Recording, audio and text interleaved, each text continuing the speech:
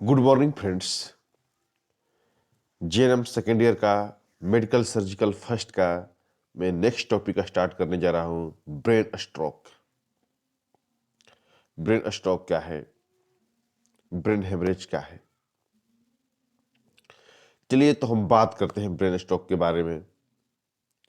Brain stroke क्या है? Brain stroke आपको अच्छे से मालूम है कि जो ब्रेन होता है हमारे शरीर का सबसे इम्पोर्टेंट और सबसे महत्वपूर्ण अंग है, जहाँ से पूरे शरीर की कंट्रोलिंग होती है, जो कि पूरा शरीर को मैसेज कन्वे करता है। यदि ब्रेन के अंदर जो भी रक्तवाहिनियां हैं, उस रक्तवाहिनियों के अंदर किसी प्रकार का अवरुद्ध आती है, किसी प्रकार का फ्रैक्चर होता है, किसी प्रकार का उसमें डिफॉर्मेशन होता है, तो आपको ब्लड की सप्लाई रुक सकती है और ब्रेन को ब्लड को प्रॉब्लम हो सकता है। यदि ब्रेन को ब्लड की प्रॉब्लम होगा तो वहाँ ऑक्सीजन का भी प्रॉब्लम होगा, और जो कि पूरे ब्रेन को ब्लड सप्लाई देती है वहाँ भी प्रॉब्लम हो जाएगा, जिसके चलते आपके पूरी ब्रेन में प्रॉब्लम आ सकता है और जिसके चलते आपको शरीर में विभिन्न प्रकार के समस्याएं आने का डर रहता है। ब्रेन स्ट्रोक में जो ब्रेन की जो नलिका नसें होती हैं, धमनियाँ होती हैं, उसमें रुकावट आ जाती है। ये कितने प्रकार के होते हैं? ये 2-3 प्रकार के होते हैं। जैसे ट्रांजिएंट मतलब कि क्षणिक के लिए कुछ होती है, जैसे क्षणिक के लिए आता है।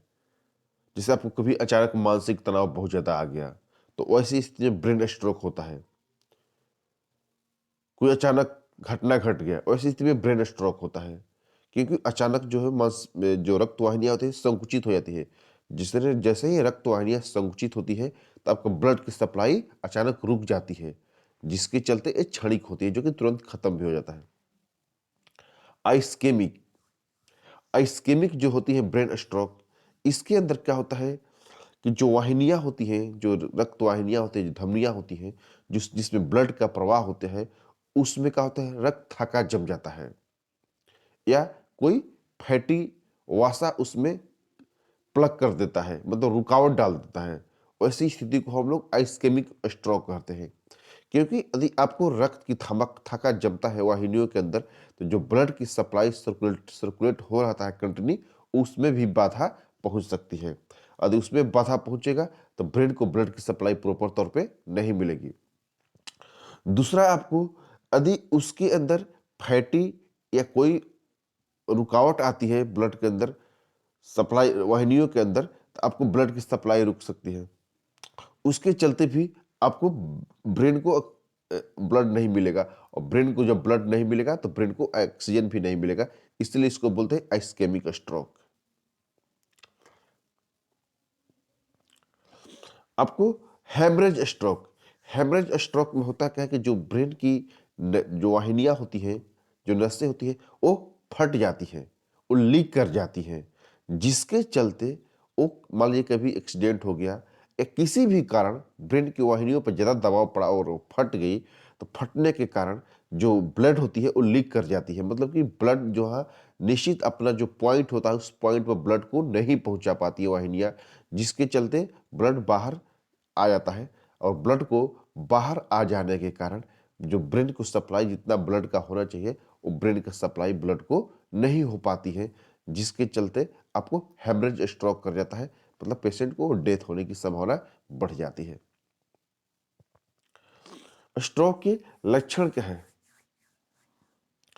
जब ब्रेन को ब्लड की सप्लाई नहीं मिलेगा तो आपको अच्छे से मालूम है कि ब्रेन जो प्रॉपर तौर पे काम करता है वो नहीं काम करेगा। और आपको अच्छे से मालूम है कि जो ब्रेन का काम होता है मेनली डिसीजन का काम होता है।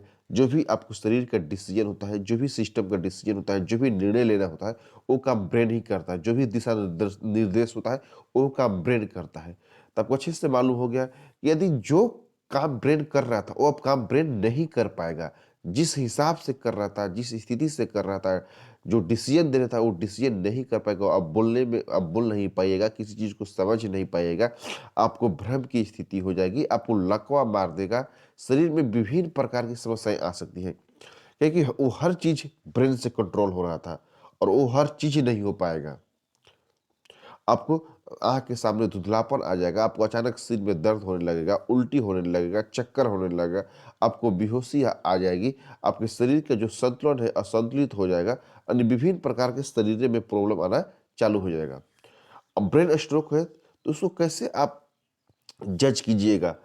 उसके लिए एक फ़ॉर्मूला है, फास्ट मतलब कि फेस, पहले चेहरा को मुस्कुराहट को देखिए कि चेहरा का मुस्कुराहट क्या है, चेहरा किस तरफ झुक रहा है।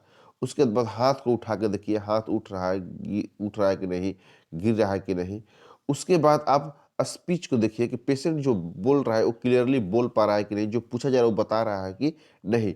इन सब चीज़ों में कभी कहीं भी गड़बड़ी होती है, तो आपको समझिए कि पेशेंट को ब्रेन स्ट्रोक हो चुका है, उसको तुरंत फौरन डॉक्टर के पास ले जाइए ताकि उसको ट्रीटमेंट मिलना चालू हो जाए।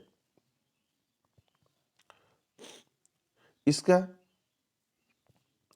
क्या बचाव है? रक्त ब्रेन स्ट्रोक का बचाव क्या है? ब्रेन स्ट्रोक से बचाव के लिए फर्स्ट तो आपको ब्रेन इंजरी से बचना है। मतलब कि ब्रेन इंजरी के चलते भी आपको नलिकाएँ फट सकती हैं, इसलिए पहले ब्रेन इंजरी से बचना है। उसके बाद ब्लड प्रेशर आपको बहुत ज़्यादा हाई होता है, तो आपकी जो नलिकाएँ हैं, वो फट सकती हैं। इसलिए हमेशा अपने ब्लड प्रेशर को चेकअप कराते रहना चाहिए, ताकि ब्लड प्रेशर हमेशा कंट्रोल में रहे। उसके बाद आप तनाव से मुक्त रहने की कोशिश करें। बहुत ज़्यादा तनाव में रहने से भी जो वाहिकाएँ होती हैं, जो नलिकाएँ होते हैं, नलिकाएँ होती हैं, उसको भी फटने का डर रहता है।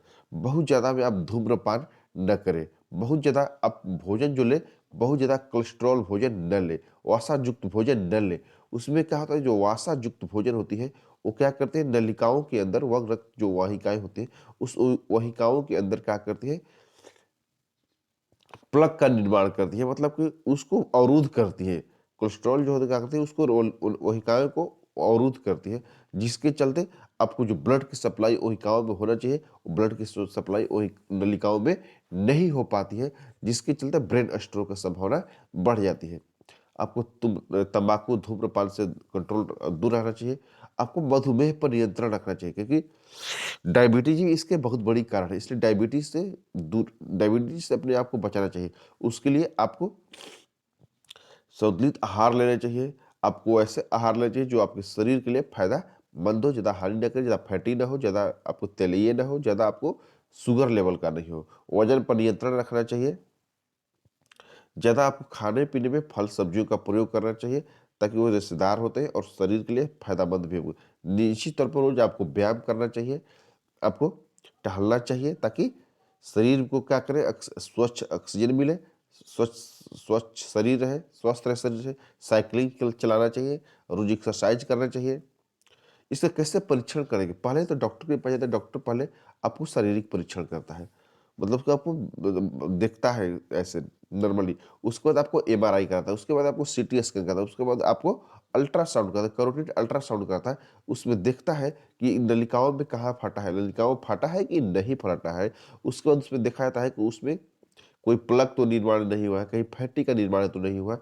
इन सब चीज़ को क्या कहता है, स्कैनिंग के द्वारा देखा जाता है। उसके बाद आपको जो भी ट्रीटमेंट होता है, ट्रीटमेंट दिया जाता है।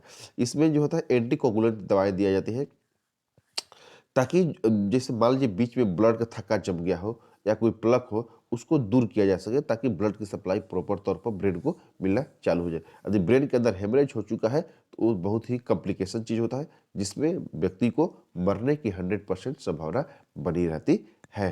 Thank you. यदि आपको अच्छा लगा होगा तो चैनल को लाइक कीजिए, सब्सक्राइब कीजिए और शेयर कीजिए। Thank you.